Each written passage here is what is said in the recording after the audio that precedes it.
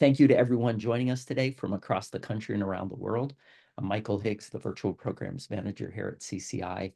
And on behalf of the entire team, as always, we appreciate you taking time to learn and grow in community with us today. Today, I'm very excited to be sharing space with Chris Marquis. Chris, apologies. I have it phonetically spelled in my intro. That's great. No Apologies, worries. and Jared Meyers. As many of you know, Conscious Capitalism is a global community of CEOs, presidents, founders, board members, entrepreneurs, and thought leaders from diverse industries, backgrounds, and perspectives who share the common purpose of elevating humanity through business. Several times a month, CCI offers our virtual gatherings like this one as a way for the community to see how our philosophy takes shape in the leadership journeys and business practices of those in our network. A few housekeeping details. Today's session is going to run for an hour. The first 45 minutes, we're going to spend about 35 minutes in conversation, and then we're going to transition to audience questions for the last 10 minutes of our session. Feel free to either use chat or the Q&A box if you'd like at the bottom of the screen to submit your questions as they come up, through our conversation. And we'll make a point to get to as many of those as possible. For the final 15 minutes, we welcome any persons from our Conscious Capitalism membership community to join us for the member Q&A portion of our call. And the general audience is welcome to stay on the call for that final portion. But for our members, feel free to join via camera and ask your questions both directly to Chris and Jared. Direct message me in Zoom chat if you'd like to take advantage of that opportunity. All right, to get to today's conversation, how can businesses create positive change beyond profit? This is something we obviously talk a lot about in Conscious Capitalism and our tenets. In today's conversation with Professor Chris Marquis, author of The Profiteers, How Business Privatizes Profits and Socializes Costs, and entrepreneur Jared Meyers, we're going to explore how businesses can go beyond profit to benefit society. We're going to discuss some of the hidden costs of business practices that affect society and environment, and discover ways companies can reduce negative impact and embrace accountability, transparency, and collaboration to drive meaningful change. Chris and Jared will share some real-world examples of companies who lead with purpose, so you can gain some practical insights into aligning business practices to inspire and create a more sustainable future. Now for the bios of our guests today. Christopher Marquis is the Senior Professor of Management at the University of Cambridge and the author of The Profiteers, How Business Privatizes Profits and Socializes Cost. His research examines business sustainability and social entrepreneurship, and he's written 2 prior award-winning books, including Better Business, How the B Corp Movement is Remaking Capitalism, and Mao and Markets, The Communist Roots of Chinese Enterprise. The latter was a Financial Times Best Book of 2022. Chris is passionate about how academic research can help people around the world address some of the biggest crises of our day, including climate change, inequality, and discrimination. Before Cambridge, Chris was at both Cornell, and Harvard University. Our second guest, Jared Meyers, is a values-driven professional utilizing his time and resources to improve social, environmental, and economic conditions through certified B corporations, referred to as B Corps, and conscious capitalism. He believes we can co-create a better and more resilient future by supporting organizations and people that seek a shared and equitable prosperity for all. He accomplishes this as a founder, investor, and lead executive of several carbon neutral B Corp businesses, including Legacy Vacation Resorts, which is hotels, Salt Palm Development, which is a real estate development company, and Climate First Bank, which is a financial bank. These B Corps operate in Florida, Colorado, Nevada, New Jersey, and serve over 300,000 customers annually, and regularly achieve some of the highest positive stakeholder impact in their respective industries. In the past year, Jared was recognized as one of the top 100 impact CEOs in the United States. So welcome, Chris. Welcome, Jared. Welcome to everyone who's joining us for today's conversation. Great to both have you here. Yeah, thanks for making time for this conversation. Chris, Totally my pleasure. Thanks so much, Michael, for having us. That's great. And great to be with Jared always. yeah, Thanks, absolutely. Michael. Great seeing you, Chris. Yeah, I'm glad we could make this collaboration and conversation happen. Chris, I want to start with a question for you. Sure. Upon reading the title, The Profiteers, How Business Privatizes Profits and Socializes Costs, it strikes a more critical tone than your earlier work, which was Better Business, How the B Corp movement is Remaking Capitalism. Is this an evolution of your ideas about corporate social responsibility, or what do you have to say? Good question.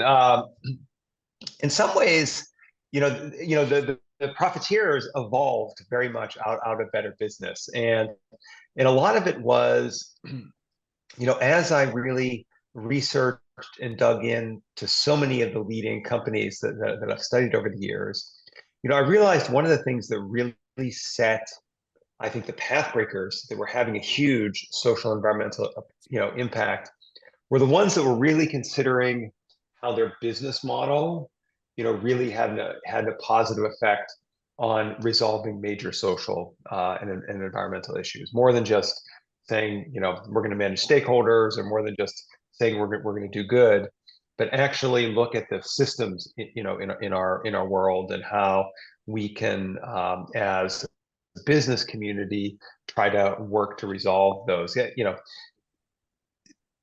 Better Business really focused on, the B Corp movement, and particularly the accountability and governance mechanisms that were developed as part of the B Corp movement.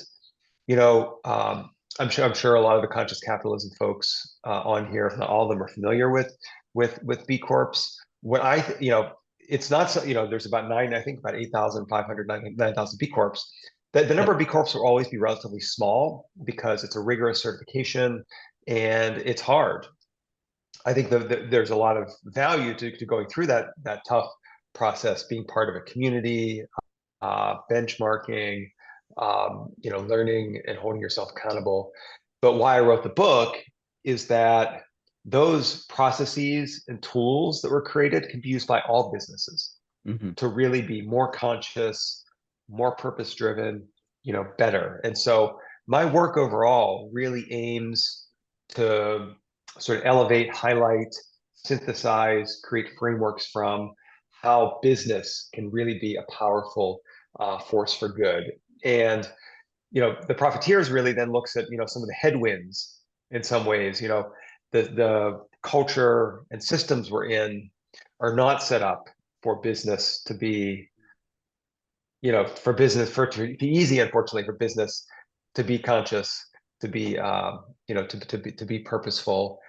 So I want to highlight those, and then how business can overcome them, because communities like conscious capitalism, communities like B Corps go a long way, because working together is so much more powerful than working individually.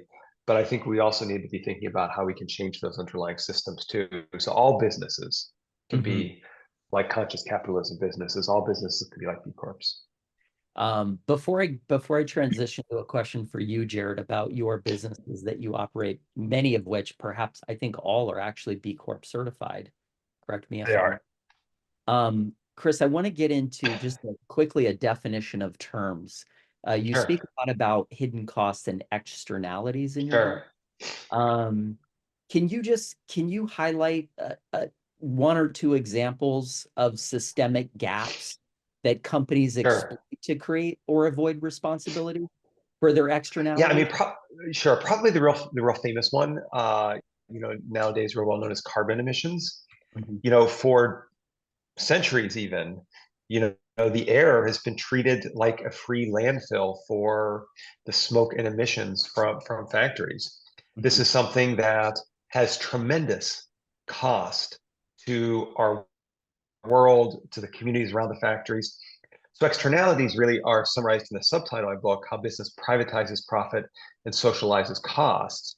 So these are costs that, that business really should bear, but get spread to the overall society, and then their profits go up. So, for instance, one study that I quote in the book by Rebecca Henderson, it's in her recent book, people might be familiar with. I think it's Reimagining Capitalism in a World on Fire, is the name of it. She cites a study that is, I think it's something like at some some sort of location in the U.S. there are electric utilities that it costs them about, for their raw materials operating the electric utility, about $8 per megawatt, or however, whatever the unit is. But it turns out that actually the cost to the community, because of respiratory illnesses, health issues, the pollution, the cost to the world through global warming, et cetera, those two costs actually end up being about $16 total.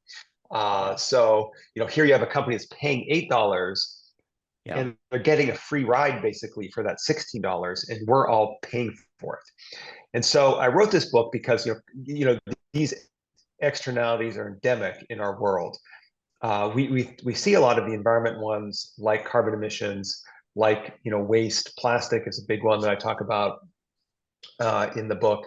But I think the two things that I think are really important, that where I try to advance the conversation to highlight these issues and how businesses can then work to be more responsible, is one, they're not just environmental, but actually social as well.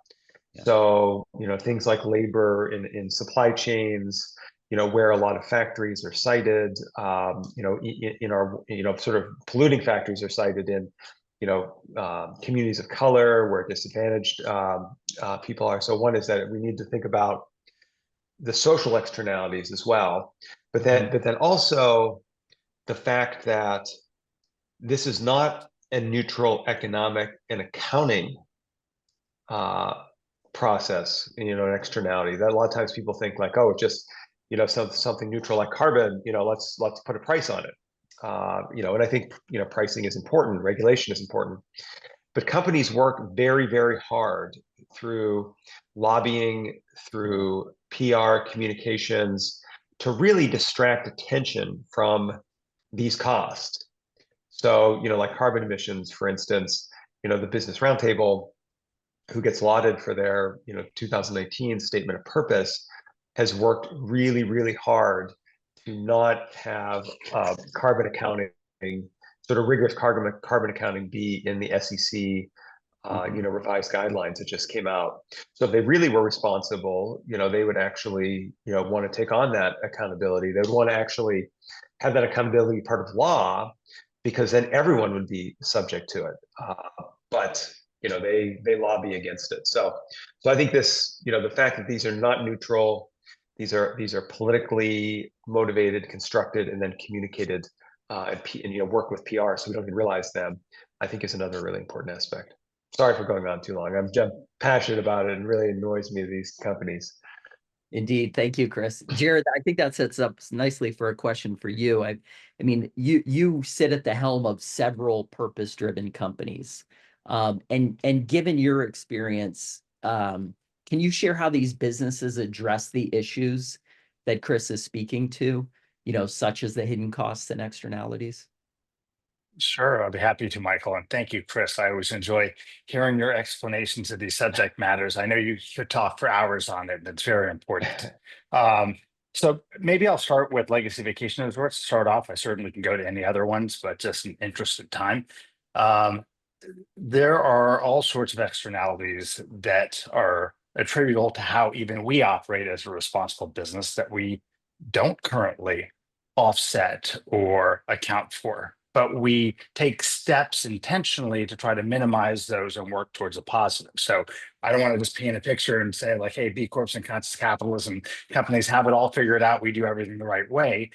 But what is true is that we're more intentional about trying to do it the right way learning from others, sharing best practices. And that, I think, is a real differentiator between traditional business and how we operate. So using some examples, some that, even like Chris would touch on, most people who stayed at hotels at check-in receive a key, for the room. And usually that's a plastic key. That's probably the case in like 95% or more of the hotels around the world. Most people know that plastic takes about 1,000 years to degrade. And when it does degrade, it does it into the soil, or it ends up getting eaten by, insects, which ultimately comes into our food system and affects us in a variety of different ways. But hotels buy those plastic keys because they're very cheap. So on Chris's example of like not having all of the costs embedded into what we're actually paying for something, it is much cheaper for us to buy a plastic key. At Legacy Vacation Resorts, we buy a bamboo key. That key, I haven't checked lately, but when we decided to make that shift as a company, it was 400% more than the price of a plastic key. Roughly at the time, it was something between 20 something cents and 80 something cents. And that was a concern for us, but we were concerned about, making sure that all of our decisions align with our mission and what we care about and our purposes as an organization. And we were able to do that in a creative way that we thought we would get guests even excited about who we were, how we were different. But that is an externality that normally gets created every time a guest checks in. Because by the way, most of those keys are discarded every time the guest stays. It's not like, well, hey, wait a second, guests reuse those plastic keys. I hope they do, but that's not our experience. And we measured that. And we saw that as really an issue. So we had these great bamboo keys that we give out at check-in that obviously will break down easier. And we went a step further. And on the back of the key, we said, why don't we use it as an educational opportunity? And we show a number of trees and we measure the carbon emissions of a typical guest stay for a week. And then we plant trees associated with that. So then we use guest education and say, your guest was equal to a certain number of CO2e carbon emissions. And by the way, we have your back, we have trees planted for you. So we've turned that into a positive to get our guests excited that we look out for them. We've educated them. Hopefully they, most of them look at it and say, I don't know what you mean by CO2e. But if they then engage in a conversation with our front desk agent, awesome. Now we get to tell them why we're so cool, why we're a B Corp, why we care about these things. And so we've turned it into a really good marketing educational opportunity and are reducing that externality that we would contribute to. Other areas, and Chris talked about some of the social elements, we believe in a fair wage. We believe in a living wage as an organization. Our industry in particular doesn't do such a good job with the living wage. I mean, most companies don't, but our industry has been poor at that historically. And the state of Florida, where we're headquartered, has been very poor. In fact, that's why we used to have all orange groves. And Florida was built on cheap labor. I mean, most of capitalism was built on cheap labor, but Florida was built on cheap labor, and the hotel industry has been rampant with that because if you can get away with paying less, you do. It drops a lot of money to the bottom line. But there's a difference in, again, how you think about it. If we look at it as our employees as like a liability to the company, then yeah, we're going to want to pay as little as we can on it. If we look at our employees as an asset to our company, ways that really deliver the guest experience exceptionally, then we want to invest in them more. So that goes even beyond the just simple like right and wrong concept, which does guide most of our decisions. But since capitalism is part of this conversation, we talk about not having a nonprofit organization, but a business that drives profit. We have to tie those components in equally. And when we pay our employees better, ideally, they don't have to work a second job. And in not working a second job, they can be really focused on the task at hand. If they're worried about paying their rent or buying food or obtaining clothing, they really can't be focused on what they're doing there that day. So we want our fully engaged employees that love working for us. And when we pay a better wage, we help enable that. So tying that into externalities would be if we don't do that, like most in our industry do not, where else are these employees going to be able to obtain the necessary funds to pay for their lifestyle? So that's either working a second job, or sometimes it comes with governmental assistance programs that are necessary. Now, that's not an automatic. I don't want to say that always kicks in, but it can kick in. And that is basically socializing the cost of we have a full-time employee that should be able to pay for their, their basic needs in life. And we're saying, you know what, we can get away with paying less. We're going to do that. sorry, that's what a traditional hotel would say, and they can look elsewhere in order to get these costs covered, which are going to come from taxpayers who don't realize it, that they're basically funding the operation of our hotel indirectly, maybe even without knowledge of doing that. And that's, you know, something that we work hard to try to solve. But we also recognize, I know we'll get this a little later, so I don't want to spend a ton of time on it, but we recognize that our decisions individually are only a small piece of that necessary change. That's why Chris's book, I believe, addresses the systems as a whole, because we are only one component. This needs to be rampant throughout our industry and be commonplace. So we also therefore take steps such as we're activists out there. So when Florida had a movement, a ballot initiative to try to raise the wage, because at the time it was something like $8.50 was the minimum wage in Florida, and we were trying to get it to $10 with a dollar increase per year. Very few businesses came out in favor of that. I mean, I think we are the only hotel company I'm aware of, there may have been others, but at least that publicly came out in support of that, attended rallies in person, and it got passed. It got passed by over 60% of the voters because it's good for people. It's good for our communities. It's not a surprise. So politicians did not favor that in Florida, and big business did not favor that in Florida. But we believed in it. We believed in it for all the reasons I said. And by the way, you know, when employees have more money, they can also circulate that money within our own economy. So it's very good for localism and for like building something that is good for the whole in the community, and not just accelerating inequality in, you know, in the wrong direction. So we stand behind that. There's probably other areas such as climate efforts, as Chris was talking on, but in the interest of getting through the other questions, I certainly can answer anything else if you have questions on it, but I don't want to use up all the time. Wonderful, Jared. Yeah, we will get to it. There's a question in Q&A we'll jump to specifically about your hotel key card example. So Victoria, we will get to that. So there's been a theme of accountability. Chris, in your earlier remarks, you mentioned governance. In both of your books, The Profiteers and Better Business, you emphasize corporate accountability and governance as these key tools for change-oriented businesses. Can you elaborate a little bit more on how some of the leading companies, maybe popular brands that we know, are demonstrating accountability to further their own missions and this kind of overall change agenda? Sure. So I first want to say, I mean, I think this topic is more important today than it ever has been. You know, the examples that Jared gave, I think, you know, around the key card, around the employees, I think, are, you know, I wish actually, Jared, I interviewed you for the for the book. I know we had talked a long time ago, and I did a Forbes article on sort of you work on Florida for good and working in Florida, but these externality examples are really you know, really amazing. And I think this is, I mean, I don't know the evolution, for instance, of the key card, how you guys sort of realized that, oh, this is a piece of plastic. But a lot of the businesses that I have talked to, and why this accountability is so important, is that, you know, the way the system is constructed, it doesn't set up. I mean, hotels, 99%, you know, sort of use a plastic key card. There's probably lots of companies that are making these. You're getting, you know, salespeople calling on you, people, you know, mailing you things. Oh, you know, get your, you know, cards and card reader, you know, card magnetizers. This will give you a good deal, you know, et cetera. So the system is set up really to just, you know, the sort of path of least resistance is to do things in the cheapest and most environmentally, you know, frequently most environmentally or socially, you know, less responsible way, shall we say.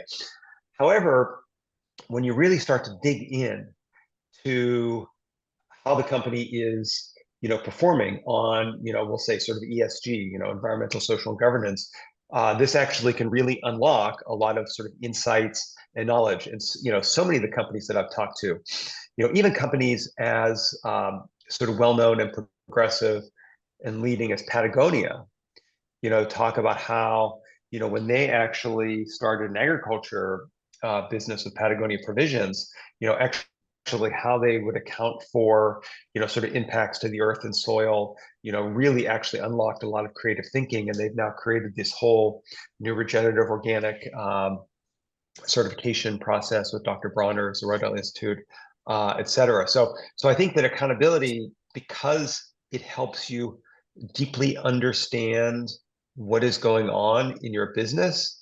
It helps unlock ways of thinking about, sort of being more environmentally responsible. Also, just being a better business, to be honest. My first book was titled Better Business.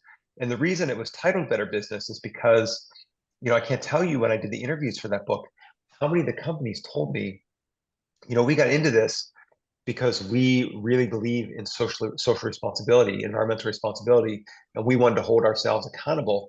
But we came out of it a better business. And meaning, just by measuring, being transparent, reporting on your, ESG factors really helps actually run the business, run better. I mentioned this is very timely now because actually a lot of changes around the world, particularly in EU, are really, pushing forward in a mandatory way a lot of ESG accountability. So I think, in coming years, companies are going to be much more held to much stricter account by the government.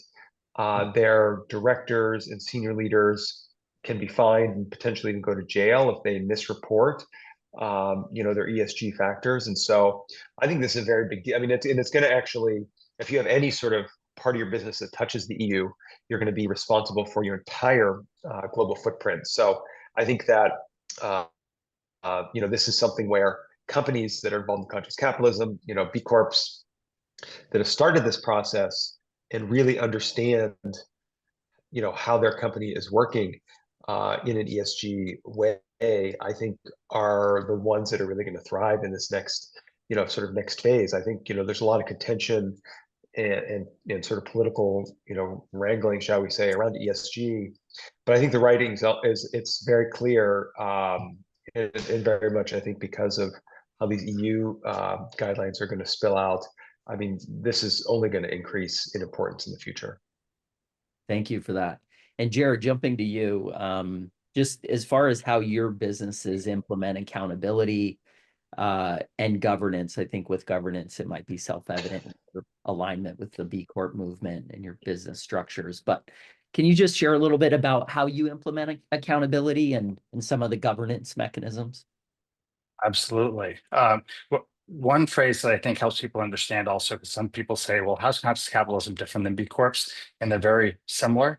I've always used it as B Corps are kind of like a verified conscious capitalism. And I think that's pertinent to your question because when you talk about being accountable and having governance, it's building in your governance this accountability and transparency mechanism. So it's not just I woke up today and decided to do it, and I woke up tomorrow and decided I didn't want to do it. So benefit corporations, which underlie certified B Corps, is actually a legal structure that all of our companies have converted into.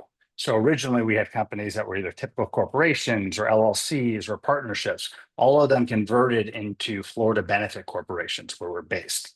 And that actually gives us a legal requirement to a material positive impact on our stakeholders. It also commits us to an annual benefit report, which we wouldn't have to do otherwise. And we use that benefit report, like you could just produce the bare minimum if that's what you chose. We use that as a way to celebrate the fact that we are a B Corp and that we want to show off what we're doing, good and bad. So that's transparency. And so if you want to be accountable, you have to actually share with people what it is that you're doing so you can be held accountable. And so we put out these reports, and if you look at them, we report on our carbon emissions, we report on our wages, we report on pay ratios, how we contribute within our community, whether that's tracking volunteer hours, whether that is looking at donations as a percentage of revenue or of profits, or what our supply chain looks like, what percentage of our supplies are local versus not. How do we, what does diversity look like and inclusion within our company? All the different ways that you might measure that. And so by producing and publicizing this information, it helps you be accountable. So Chris spoke earlier about the business roundtable, not wanting to do basically carbon accounting or measurements for other people to see. That's because they don't want to be held accountable to what they're actually doing out there. If you don't know what to hold them accountable for, you can't do that. So we voluntarily do that. We voluntarily committed to change our business governance. And so that's one which all of our businesses do that. Of course, how a hotel company does it versus a bank versus a real estate development company is slightly different. But generally speaking, it's a common framework or reporting template. And what's also cool about being part of these communities is that you learn from one another. It's not like we invented how a hotel should do this. We looked at other people's sustainability and benefit reports and said, we can borrow that. We should be doing that. Why aren't we doing that? Oh, wait a second. We actually are doing some cool things they're not doing. Let's make sure we raise awareness on this so now they can start doing that too. And then you build all these better practices together around accountability and transparency. Thank you for that. Chris, I want to jump to a question for you. You Sure. largely advocate for a complete system transformation, instead of sort of targeting those worst offenders, companies or industries or otherwise. And you also spotlight something that you refer to as regenerative business models. Can you delve a little bit deeper into how businesses are amplifying their impact and collaborating across sectors to kind of propel and advance the systemic change that you feel is so important? Yeah, good. Yeah, thanks. Good. And I'll sort of draw a little bit on what Jared was saying, which I think is really sort of also very apropos of this point. So, I've been studying and writing and researching and actually involved as well. Actually Cambridge, where I am at the business school, our executive education organization is a standalone company, and we recently certified as a B Corp. Believe it or not. So very exciting news. I mean, there were other folks that were like, really let it and were passionate about it, but I played a little bit of a role, which I was really very honored to do so. Jared talks about the benefit corporation concept, which is, a new type of company that did not exist before 2010. And it's companies that have, a defined purpose, and they are accountable and transparent about that purpose. This is something that is now spread not just to 40 US states, but also to lots of places around the world, like Italy and France and Colombia and Peru and Rwanda. And recently also in the EU, they had something called the Corporate Sustainability Due Diligence Directive, which drew a lot on the benefit corporation idea. Here in the UK, where I am right now, we have something called the Better Business Act, where B-Lab and other actors are trying to actually get through new corporate law so that actually the sort of default type of company would be company that is not beholden primarily to the shareholders, but actually beholden to broader sets of stakeholders on a legal basis. And there would be different sets of accountability for the directors. And I give that example because this is something that is now 15 years in the making. And as I looked at many of the different change processes I examined in the book, one of the things that I I teach at a business school. I've worked in a variety of businesses. I'm really passionate about private sector action. But I find that what the private sector brings is innovation, showing that business models can work. So the benefit corporation, this came out of ideas from entrepreneurs, and now it's being ratified into policy decisions. The accountability framework I mentioned in that is essentially the CSRD, is that the name of that Corporate Sustainability Reporting Directive, actually also stands on the shoulder of work of a lot of private sector work. B-Lab and GRI and SASB, Sustainable Accounting Standards Board. All of this. The fact that we can, through non-governmental action, private action, actually through coalitions, through collective action, show that something works, and then the policy is much easier to get passed, and it actually works a lot better. So I see sort of private and public as sort of a 1-2 punch, where sort of you have innovation showing it works in the private sector, and then actually, again, there's only about 8,000, 9,000 B Corps to make the change we need in the world. That's not going to be enough. We need things to be, actually much more mandatory. So, so I see that working. in that way, sort of, as after it's sort of proven it can actually be extended into law, where all companies will be subject to it. In regard to regeneration, we're also seeing this idea spread as well. So, I mentioned Patagonia and the learning they'd taken early. Earlier I mentioned Patagonia, the learning they'd taken from agricultural work. This actually really relates very closely to the idea of regeneration. And they saw that actually, as they started Patagonia Provisions, that if you do agriculture correctly, so to speak, correctly being, basically the way people did it before agrochemical businesses came in and sort of dominate the landscape. This is just, what actually you think like a traditional farm would be. I mean, that's actually, almost regenerative. It's not sort of monocrop. So you have, a variety of different crops and animals, and the workers are treated very, very well. And by engaging in what seem like just regular practices, you can rebuild the soil. You can help restore ecosystems and biodiversity. And so they realized actually that so much of sustainability, as it's been conceived, is about doing less harm, and that through this agriculture example, that actually business can positively contribute to the world. So they have taken this idea of regeneration on in a really fundamental way, and you can see this through many of their sort of business, their apparel business. They do all kinds of things like repair second marketplaces, trying to convince you to people to consume less. That's all sort of the downstream parts of the value chain. Upstream, the sort of the cotton and materials they use, also they've totally transformed how they do that. So this idea of actually being regenerative is something that extends beyond agriculture, and our practices about creating material positive benefits to society and the environment, not just mitigating harm. And then the final part I'll mention on this is, like many leading companies, they had this insight and said, we don't want to go it alone. So they got together with other actors, like I mentioned, around creating a regenerative organic association, which holds one of the leading regenerative certifications, the regenerative organic certification. And so this is a way to actually, build on the expertise of organizations like the Rodale Institute, like Dr. Bronner's, and other farmers. But then that also creates frameworks that other companies can use. So I follow this as sort of a Google reminder on regenerative, and there's all kinds of companies. Just today, I got one, a company that is sort of, just recently been regeneratively organic certified.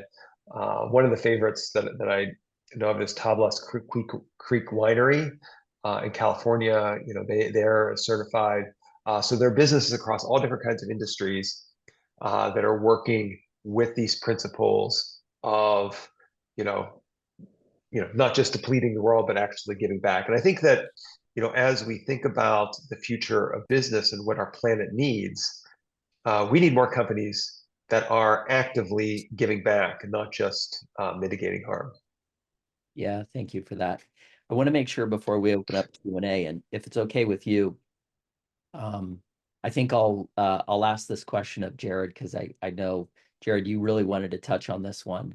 But I think I'll open the Q&A up after Jared is able to give his thoughts on this question. But Jared, you're as a business owner, a business leader, I just want to ask the question, there's so many countervailing forces preventing the kind of systemic change that Chris has spoken to.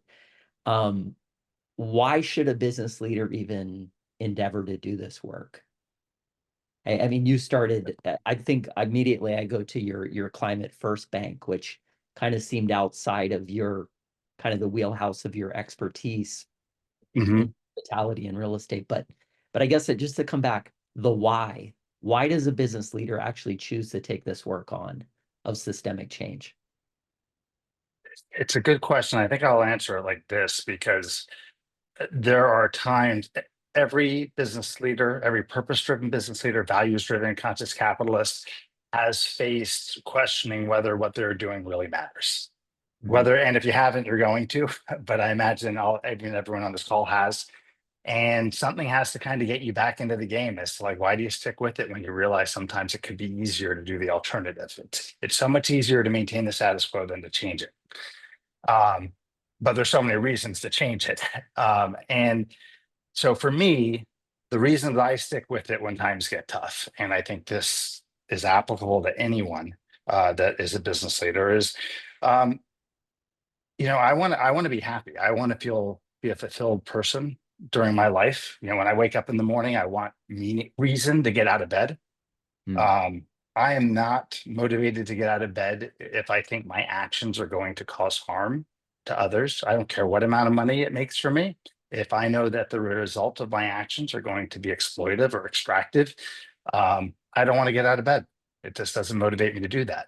And yet I recognize I'm part of a much bigger system, that all the good that I'm doing individually at my company could be considered meaningless. And I say that because it is very small. But I know that by doing these positive actions, I feel better about myself. It gives me passion and purpose. It brings congruence into my life, which I think is the number one thing that's necessary to feel fulfilled. If you're in conflict all the time because you believe one thing and do something else, you're going to be a miserable person, no matter what amount of money you have, no matter what house you live in, no matter where you live. You need to feel like what you do is what you want to do, and that it's not in conflict. And so I think living this way on an individual level is the only way to truly live if you want to be happy. I think additionally to that, while maybe in the grand scheme of things, the key card example or paying a better wage to our 300 some odd employees at Legacy is small in the grand scheme, it is, but it's huge to those individual employees. I mean, it makes a difference in their lives. They have less stress. They get to enjoy their families. They get to create a better world. There's all these positive ripple effects that come off from them, even people they come into contact with on a daily basis. I think they're kinder to the mailman. I think they're kinder when they go in the grocery store because they're less stressful. We all want a world of kindness. And a lot of the reasons people maybe don't feel to be kind is because they're stressed out and they're frustrated with the system that they don't know how to change. And so this is kind of like starting those positive ripple effects. And so I know that's a very like micro look on it, but we decide what our world is all about at the end of the day. And I think that micro to some people is their whole world. And then maybe just lastly, I think that if enough of us start doing this, we do inspire other businesses to get on board. And so when we go back to like the collective and the collaborative, yeah, we do this in business, another business does that. A group forms like Florida for Good or Be Tourism. Bigger groups form like, Conscious Capitalism. We all start coming together. And now you can take meaningful collective action on things that have to be changed, that not one business can change, but you can do in mass. So it kind of shows what's possible. You can make that argument that, look, we're making money and living a life of purpose in this, and they don't conflict with one another. It actually enhances the way in which we operate. So I think there's many reasons for people to be acting in this way and businesses to be acting in this way. And I really appreciate everyone on here listening to us because you're all part of that community. Well, that perspective is appreciated, Jared. I'm seeing heart emojis in chat. I'm seeing I totally agree with you. There's another little heart emoji that popped up at the webinar. So yeah, thank you for those inspiring words. I do want to jump to Q&A. And the first question is quite specific. And perhaps it's a question for you, Jared, but Chris, jump in, please. How do companies that take the quote high road stay competitive with low road companies in a price conscious marketplace? And that would be, without any kind of incentives in place. So I'll start. So first, I think it takes a little more creativity. I don't think you can just do it without being purposeful and intentional about how to go about it. But I used the example before about paying better wages for employees and getting more engaged employees. I mean, most employees are completely disconnected. I don't even know what the latest statistics are. Pre-COVID, I think it was 68% of employees were disconnected. We know it's much higher now because of how things have changed. And so I've always said, like, if you want to get more out of your company, you want more productivity, just turn some of those disengaged employees into engaged employees. And you don't have to go hire more employees. You don't have to spend more money and do everything. Just get the people who are there wanting to be there and wanting to show up. And so I think it's looking at how do you use this differentiator. So while our goal is to change the system and that this isn't a differentiator that makes us a better company than others, it's going to take a while for us to get there. So along the way, I'd say enjoy the benefits of doing things that reward your people more, that make them want to be there. Use this in ways as we do with the hotel. We try to first look for guests that want to stay at more responsible hotels. You want to come to Disney World? Awesome. Where are you staying? Are you going to stay somewhere that's carbon neutral, or are you going to stay someplace that doesn't care how much they pollute? Are you going to say, a place that is uplifting their community, that their community loves that the business is there, or a business that just could care less, kind of what community they're in, and actually ignores where they are? They operate the same way, regardless of country, location, with no respect for heritage and so on. So really focus, I would say, on what makes you different. Make that part of your marketing, make that part of your mechanism of going out for hiring and engaging employees. In some instances, I'll bring Climate First Bank into this. Use it for your financing initiatives. We actually get cheaper loans from Climate First Bank, not because I'm on the board. Actually, that makes it harder to get loans, in fact, but because we are a B Corp. And because we do things that reduce energy and reduce water use and have other benefits. And so Climate First incentivizes that better behavior. And so you can get better financing out there. So I'll pause there for a second if Chris wants to chime in, but I certainly can answer more if anyone has questions.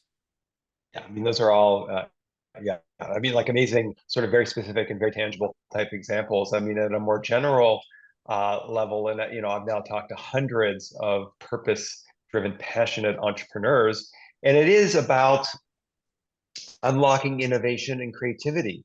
If you just stay in the frame of low-cost competition, you're not going to win out against companies that just want to externalize their costs. But if you actually see this as a way to think about, okay, how can we treat our employees differently, and what benefits might that bring? How can this actually help the other relationships we have? And I found too, I think the fact that we're on this call, I think the fact that both Jared and I have been interacting with B Corps a lot are examples of, this is not something that is about one company, versus another larger company. This is actually about a movement of companies working together, and the fact that you can sort of learn, be part of larger networks, actually helps your business quite a bit. I mean, good example on getting the cheaper financing from Climate First Bank. I was on the board of a bank once, and I know, I thought I was going to get all kinds of benefits, but actually the opposite. It actually makes it a lot harder to actually be a lendee of the bank. So it really says something about your environmental commitment that you actually are able to have a loan from them. Wonderful. I want to jump to a question from Mark. Mark asked, do you have any experience with employee-owned corporations? And would that model address negative social impact externalities and or drive internal intentionality towards business mission? Yeah, I'll start. So I've written a bunch on employee-owned companies, some in both my first book, Better Business, and in Profiteers. I talk about it. I've written probably possibly 10, definitely more than 5 Forbes articles on either a variety of companies that are engaging in employee-owned. I think I saw Miran Oka on here. Her swim school in Florida recently became employee-owned through employee-owned trust. There's a variety of different mechanisms: employee-owned trust, ESOP, which people might know about. Jeffrey Hollander, who some of you may know of, he was one of the co-founders of Seventh Generation. When I was doing the research for my first book, he said to me, unless a company is employee-owned, it is serving to exacerbate wealth inequality in the world. And really the only socially responsible way to be is actually have employee ownership, because If you think about it, if you have a private equity company or venture capital company that is investing, all the returns are going to them from the growth of the company, whereas employees are getting very, very little. So I think employee ownership is a hugely important um, mechanism to try to level many of these systemic issues that we're talking about. And it's very consistent with, I think, the ideas we're talking about. In the B Corp framework, actually um, being employee owned actually is a makes a very big difference in the types of points that you get in the B impact assessment. So I think it's very important. And you can follow up via email, and I'm happy to direct you to some of those resources I mentioned. Wonderful. So yeah, Mark, invitation to follow up with Chris on some resources. Let's see, next question. I do want to save the last 5 minutes to bring Chris Schaefer, certified conscious capitalist consultant, as well as community member on screen for her question. But before we get there, let's jump back to the hotel key card, Jared. Victoria is just asking a really specific question. Why didn't you just ask guests to actively do a gesture for the environment by returning their keys upon checkout? Drop it in a box. And then the bigger question is, as you look across your businesses, what strategies have you tried in your companies to create a sentiment of responsibility for clients? A responsibility for would you say that's on how we are responsible to our clients, like to our hotel guests, on that latter part? Yeah, that's how I'm reading it. Victoria, if you're Okay. us, feel free to chime in with anything to clarify your question. But I'll start with the first part, and then so she has time to chime in. So yes, we did do that, and we do that even presently, because our goal with the bamboo keys is not for them to be thrown out after each use. We want to reuse them as often as possible until the cards break down. So we did offer that with plastic. It just comes down to the thought that if we're buying any plastic, so we have a commitment to no plastics. That's part of our, being a responsible company. So we knew we had to do away with the plastics, regardless of having a recycling sort of program or reuse program in place. And we evaluated alternatives. We actually looked at some paper type of cards, which we've tried out. And we would use those, but they tend to break down a little bit too often for us. Or you have to laminate them, and then that interferes a little bit with how quickly they break down. So I think that's a great suggestion from you on using the reuse. I think that can be a part of any sort of key program, but that can't be the only solution for us, knowing that plastic is still going to take 1,000 years to break down. At some point, we do have to discard of it. Did she add anything on the latter? If not, I yeah, can do she my did. best in answering. So the question now becomes, what strategies have you tried in your companies to create a sentiment of responsibility from clients for the environment? So we do a good job, I believe, of trying to look at the total travel ecosystem that one would go through to get to our hotel. We don't own the airline, we don't own the car rental, we don't own a lot of elements of that, but we can make recommendations and give advice to our travelers on how they can travel more responsibly. And we do that. And so we have the ability to have EV charging on site, and every one of our resorts does. So if we were going to give an optimal recommendation, we'd say, please drive your EV that was solar powered at your house and bring it and charge it at our property and make it an emission-free travel to, kind of to get here. We have a lot of guest education on site. We recognize people are on vacation, so they don't want doom and gloom. They want to still be in a vacation mentality. So you try to make it fun and friendly. Some of you may have seen the video that I recorded at one of our resorts. We have that playing on our default channel at check-in when you go into your rooms. And it's just a fun way to let them know ways that we are contributing positively, what a B Corp is, like in a very positive sense. And our desire is that our guests, when they leave, realize that B Corp isn't just hotels, but it's over 160 industries around the world. And so you can pretty much get everything you want to use on vacation from a B Corp.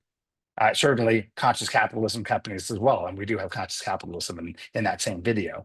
And we do that as an education because we want our travelers to understand they have the power of purchase. And so when they make that decision, they can use their dollars for a better world, or they can fund the companies that are doing the things we're trying to fight against. So I think a big part of it for our clients is, or customers is, that they recognize how they can travel better, what areas of responsibility we take directly as a hotel, what areas we can empower them to make better decisions on. And then the last piece to add to that is employee education. So no matter how good of a job we do at marketing this and signage on site and videos and so forth, if our employees are unaware of who we are, what we stand for, we miss huge opportunities. I gave that example of why we have a key card at the front desk so the front desk agent can explain to them what a carbon offset is or what a B Corp is. We do a ton of education at time of hire and as ongoing education with our employees because they are the face of our company and they communicate with our guests, and they have the best way of getting our guests to understand there are better ways to travel. There are better ways to spend your money in this world. So I hope that answers your question. Wonderful. We have 4 minutes remaining. This is going to be rapid fire. I'm going to be dropping some things into chat. Chris, I want to provide a link to your book.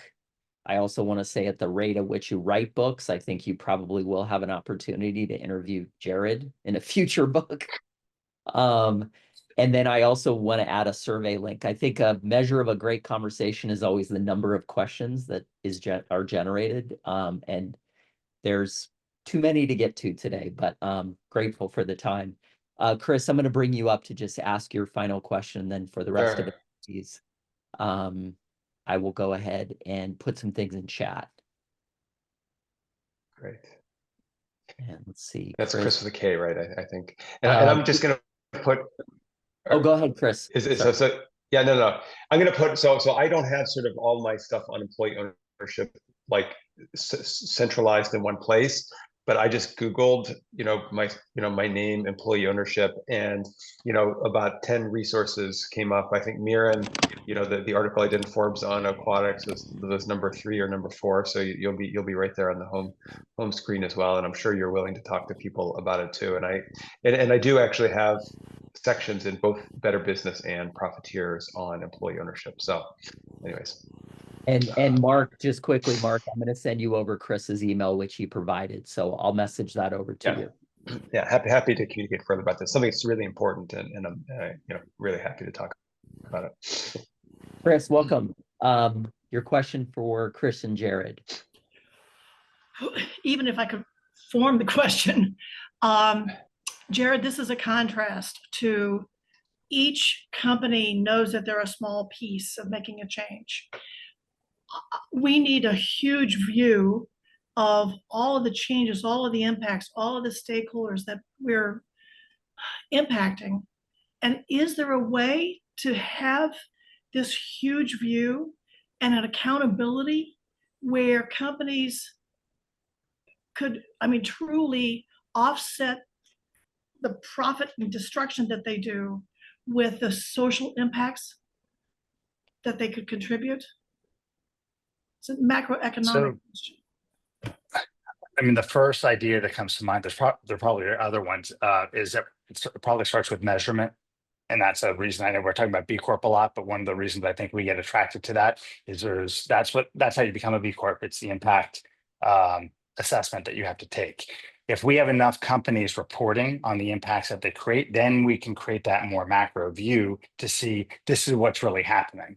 The problem is without that measurement and reporting, it turns to marketing really fast, and you really don't know who's taking action on what, and are things even getting better or getting worse. So I would encourage more to be reporting through impact. And the BIA is one way of doing that, but there are likely others that maybe other governments have out there where they can collect the data, benchmark, and then we can create better plans.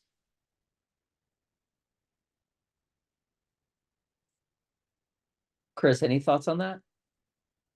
I think that's a huge challenge, and something where I try to add value myself is to try to have a more macro review, because really I think so much of what we all see, and it's certainly the lens that I take to it, is through companies, and so companies certainly engage through collective action and in a variety of partnerships with other companies, but also, investment markets and investors and pension funds need to be thinking about these issues and changing the metrics and ways they assess organizations. Policy has come up a bit. I think individual employees is something else, consumers. So it is something where, there's no sort of silver bullet. Someone told me I used the term silver bullet in a talk just recently in Burlington, and someone said, you know what Al Gore says? He says, yeah, we don't need silver bullet, we need silver buckshot. And I think that sort of is what, we need. We need to be engaging on all of these different fronts, because that's, some things will get traction faster than others, like the benefit corporation idea. The fact that there's tens of thousands of benefit corporations, a type of company that didn't even exist 15 years ago. Some companies are talking about it becoming the default. B-Lab never thought that they would actually do that until, way down the line. But, they had this sort of lucky sort of connection, and they sort of got it done. So I think operating on all of these different fronts is what's important. Employees. But right now, there's no one place where all that buckshot comes, where we can see all that. Yeah. And I think there's so many different passionate entrepreneurs across all these different areas that are working. And I think there is some effort, there's Imperative 21, which I think Conscious Capitalism is part of, and Benefit Corporation is B Corp is B-Lab is part of, and some other organizations. There's a few other of these master umbrella organizations, but I find they're mostly within the business sector, broadly speaking. I think, we need to bring policy, we need to bring the investment markets into things in a much more deep way. Well, I know we've gone a bit over, so gratitude to our guests for staying the extra few minutes. And just Chris, Jared, I want to thank you both for your deep commitment in the worlds of academia and business. Hopefully for our guests, this was insightful, informative, and actionable. Again, I think a measure of a great conversation is the engagement. We're getting heart emojis. So yes, affirmation. Thank you both. And for all of our guests, I really, really appreciate you all being here today. Thank you so much. And Chris, thanks for coming on with your final question. Wishing everyone. Thank you, Michael. Thank you, everyone. Really great. Thank you, Michael. I really appreciate it. Absolutely. Have a great weekend. Thank you, Chris, and all. Great. Appreciate it. Take care, everyone. Okay, great. Bye-bye. Bye.